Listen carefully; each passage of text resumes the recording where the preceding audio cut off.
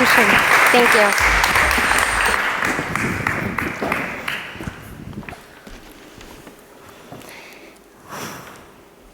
How many of you watch your favorite TV shows or movies with subtitles? Raise your hands.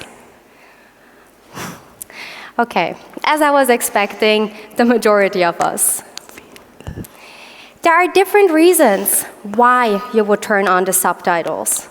Maybe because that original language of the movie is not your native language. Or maybe you're just chewing so loud that you don't understand a single spoken word. As you're using this kind of technology, you realize that there are many companies that have done a proper good job when it comes to inclusion. Because by providing subtitles, we can ensure that we are including a much larger audience. Like me, who loves rewatching Orange is the New Black for the 6th time, but also likes to eat her snacks while watching. Now, I remember when my parents used to watch TV shows in Persian and laugh every time a joke dropped. Meanwhile, I was sitting with them, reading the subtitles in simple English, wondering how that was supposedly so funny. Although I was raised bilingual, I wasn't, so to say, fluent enough in Farsi at that age to understand most of the jokes. So I would read the subtitles to keep up with the story. And yes, I'm not saying that those subtitles were perfect. They were missing the context and lacking cultural aspects. And unfortunately, all those funny puns got lost in translation, which was why I could only grasp the basic essence of the movie. But this digital tool let me take part in any Persian movie debate and feel united with my community. Keeping in touch with close family members in Iran has always been a challenge due to our physical distances. But who am I to tell? I'm sure that we all have friends and families all around the globe, right? Nowadays, they're just a WhatsApp call away. But if you remember, back in the early 2000s, in order to communicate, we only were able to call each other long distance on the phone, which was very expensive in that time. Computers or cell phones that could make video calls were revolutionary, expensive, and therefore unavailable for most people. Maybe some of you still remember those little prepaid cards where you had to dial a long number and you only had a certain number of minutes to talk, so you would think twice before starting an argument with anyone. It was in 2000 when I discovered my brother's computer and gained my first access to the world of the internet. Even so, I mostly played solitaire or the snake game. That was only 24 years ago. Could you have imagined how far we had come? Now, as I grew up with the rise of technology, I adapted quite fast. As a young kid in school, I was taught how to use a computer and learned about all the possibilities that came with the internet, unlike some of the older generation. My grandmother's first computer experience was unforgettable. During a choppy Skype call with my uncle in the US, she excitedly yelled into the screen, thinking it would help with the poor connection.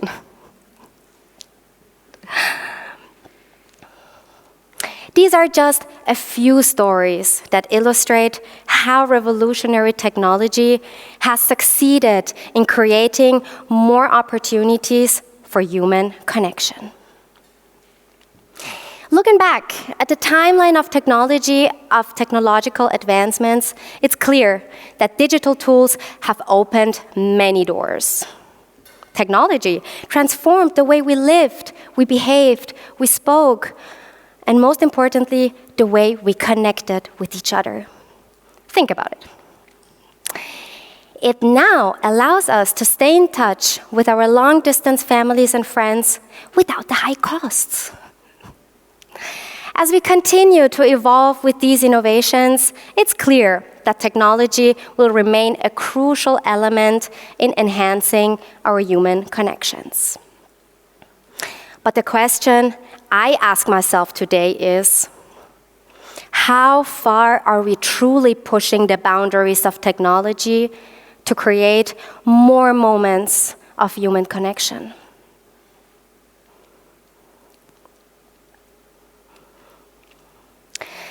Our restless human desire for interaction has led us to high-tech communication solutions, more intuitive digital tools such as cell phones and XR glasses. Our unending hunger for experiences has brought us to wearable devices, virtual and augmented reality. So far, we have managed to push technology to a level where we can seamlessly communicate across borders at any time in the world. But how can we push technology further and build ways to communicate beyond language barriers that don't necessarily divide us geographically, but culturally and socially? Here's what I did. I challenged myself with these questions of how we could use technology to overcome language barriers in faster and more efficient ways. When my parents immigrated to Austria in the 80s, language and cultural heritage were the only two connections they had to their former lives back in Iran. Naturally, they made it a priority to pass on their language and cultural heritage to their children. But gaining a foothold in a foreign country, in a system that denies marginalized communities equal access to society, is challenging. So growing up bilingual, it became pretty clear to me that I should seek to do something with my language abilities, which was why I decided to become an intercultural interpreter and help bridge communication gaps between communities. But still, there was a lot of work that needed to be done. In 2021, I moved to Switzerland and founded a startup designed to provide intercultural interpreters in just a matter of few minutes. We focused on building a platform that enabled virtual interpreting in spoken and sign language. Growing up with the numerous challenges my family faced, I only truly understood the impact of language barriers when I started working with the deaf community in Switzerland and saw their struggles firsthand. Not only do deaf and hard of hearing people face limited access to social services, healthcare, and politics, but there are only a small number of sign language interpreters within each region. And that creates a significant obstacle to achieving equal access to society. Now you might wonder why this all matters. I want to take a moment and encourage you to look around you. Human connection is a basic need. In fact, it's a primal instinct. We don't just seek to connect with our communities or families. We find the most joy in interacting with the world around us. Research has shown that if we neurally align, we understand each other better and experience this unique sensation of feeling connected. As an Iranian-Austrian, or Austrian-Iranian, you name it, I like to call the world my home. And as this world is getting more and more complex, we need human connection and communication now more than ever. It is no secret the world has become polarized, that we sometimes struggle to be seen or heard. However, we can only find solutions to our modern challenges by sitting together at the table, communicating, and exchanging our perspectives. If we know how to sit together, listen to each other, and find ways to talk to one another, even if we can't resolve every disagreement, we can coexist and thrive. Today, we have all come together to listen to life-changing ideas, to exchange perspectives that help shape our society towards a diverse and inclusive future. But we can only go as far as our knowledge and our minds will allow. I remember when I met Christian Grimaud for the first time and faced a language barrier myself. Unfortunately, I couldn't communicate in official sign language, but we managed to find ways to exchange our ideas. His vision really resonates with me, which is why I want you to meet Christian, who is a passionate bridge builder himself and advocate for human rights.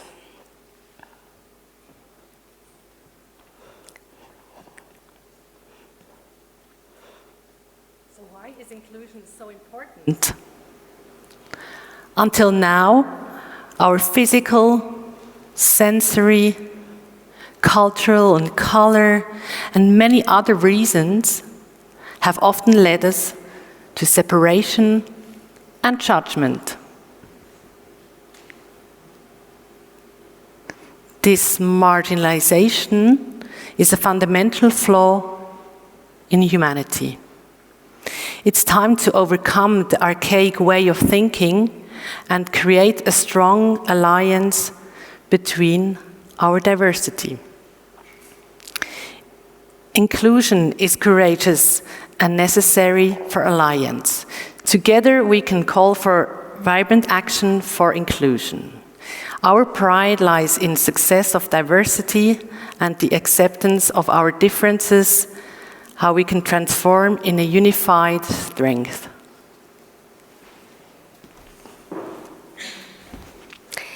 In an ideal world, you would have all, including me, understood his message without the help of Tamara, our sign language interpreter.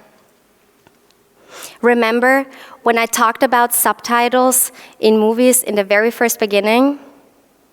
What if I could see a little avatar in my glasses who could translate any joke into my language of choice? What if an AI algorithm could translate sign language and provide text-to-speech output right into my ear?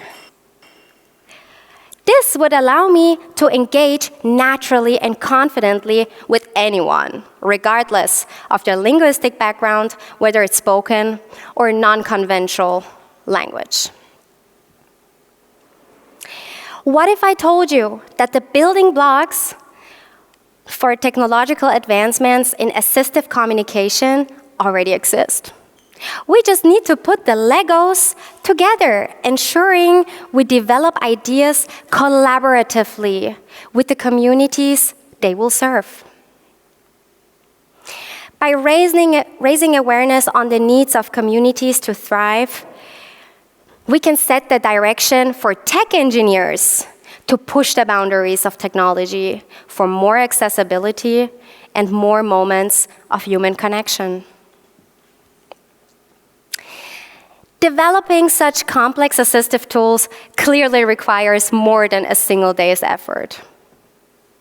But my message is that we don't need to rebuild the wheel. We just need to rebuild the bridges to create a more inclusive world, a world we all feel valued in.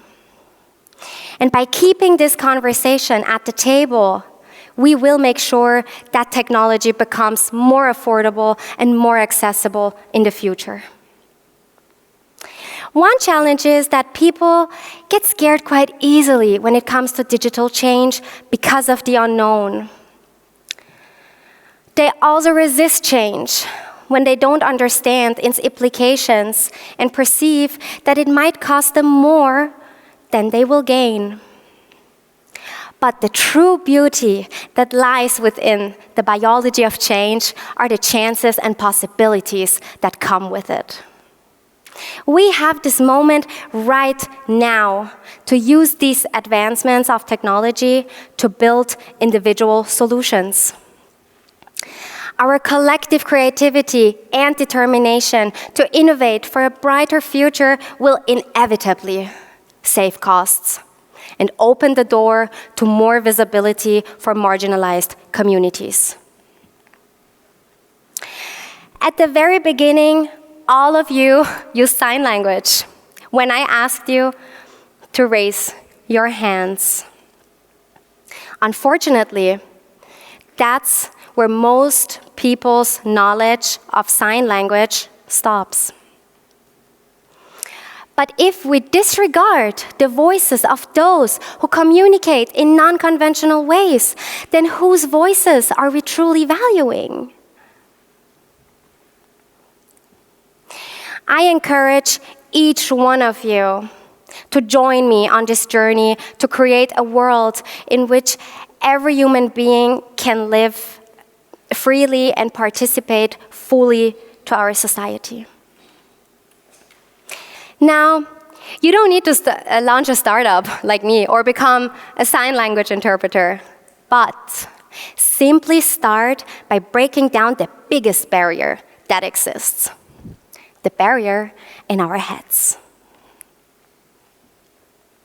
It's not the people who, due to their language skills, social status, disability, or age, cannot participate in society. It is we, as a society, who hinder these individuals from being able to participate. By dismissing inclusive communication as complicated and unnecessary, we send the message that people's identities don't matter. When you find it annoying to explain to your mother over and over again how Instagram works, consider how frustrating it must be for her to feel excluded from the social media world that everyone else is part of. Overcoming barriers within ourselves requires courage, but is empowering if we acknowledge the shared humanity that unites us. Join me on this journey to move beyond our limitations. Earlier, I asked you, could you have imagined how far we had come? Now, I want to know, how far can we go? Thank you.